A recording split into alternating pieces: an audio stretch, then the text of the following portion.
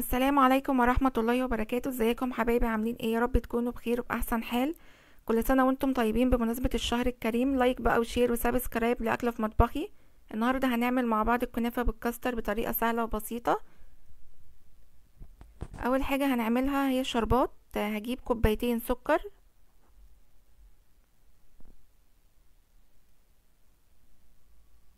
هنزل عليهم بكوبايتين ونص من المية وهرفعهم على النار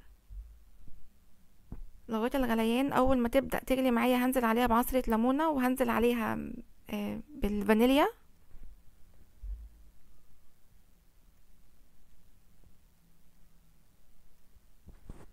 هنا بقى معايا كيلو كنافة متفرز. هعمله بالشكل ده كده عشان يبقى معايا ناعم.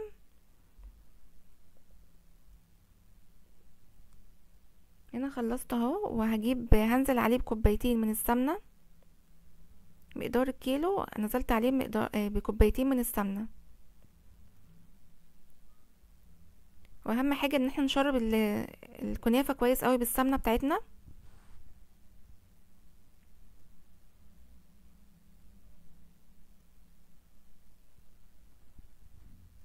هنا معايا بقى الصينية صينية مقاس 40.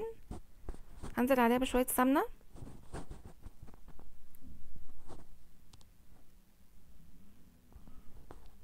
وهنا قسمت نص مقدار الكنافة. هاخد النص الاولاني وهسويه كويس في الصينية.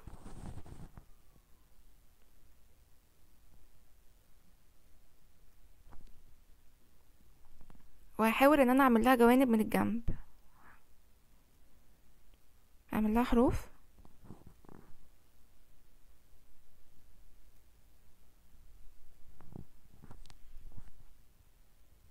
واتك عليها جامد.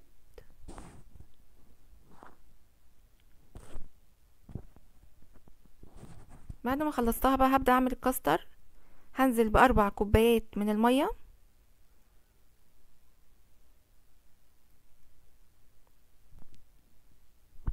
وعليهم 4 معالق كاستر،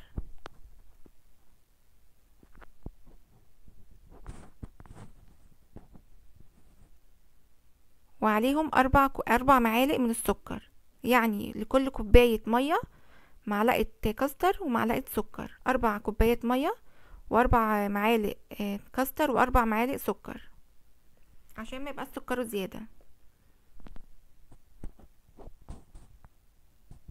هقلبه على البارد ورفعته هنا على النار وبدأ يلف معايا. هنا بقى هطفي النار، وهبدأ ان انا هنزل بيه في الصينية على مقدار الكنافة،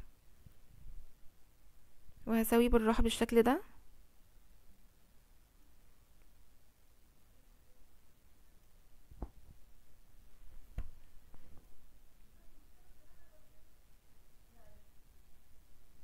وهنزل عليها بباقي مقدار الكنافة وهسويها بالراحة عشان الكاستر ما يبوظش مننا طبعا.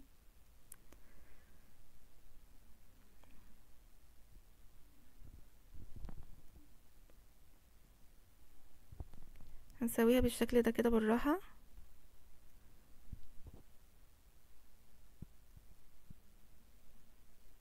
هنا هدخلها على درجة حرارة متوسطة، واول ما الجوانب تبدأ تحمر معايا تاخد اللون الذهبي هولع الشواية.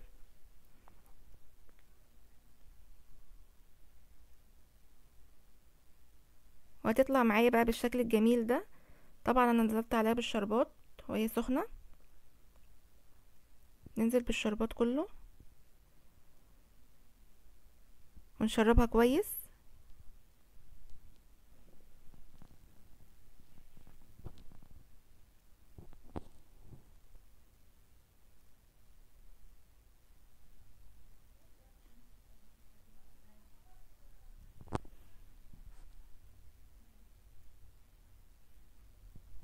هنا بعد ما عدى 10 دقايق، انا كنت مستعجلة عليها فكنت سيبها مدة اطول، بدأت اقطعها. بجد جميلة جدا وهتعجبكم. جربوها وقولولي رأيكم في التعليقات. اشوفكم في فيديو جديد. مع السلامة.